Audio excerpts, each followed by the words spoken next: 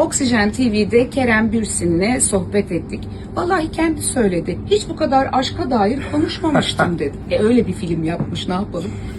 Mavi Mağara. Efendim seyirciyle buluşuyor. Biz de Kerem... Herkese iyi günler arkadaşlar, kanalımıza hoş geldiniz.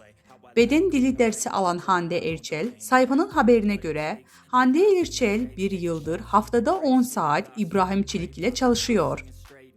Bazı yabancı oyuncuların online derslerine katılan güzel oyuncu, aynı zamanda şan, diksiyon ve beden dili dersleri aldı.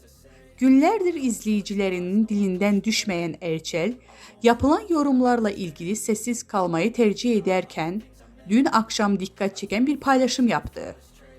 Mart ayında Poligon'da ateş yaptığı anı paylaşan oyuncu, dizideki Leyla rolüne uzun zamandır hazırlandığı gözler önüne serdi.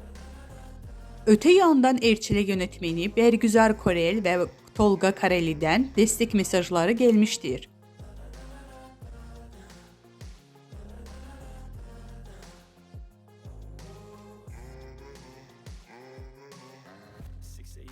And I'm up again. I got tired eyes, need a cup of blend. That's right.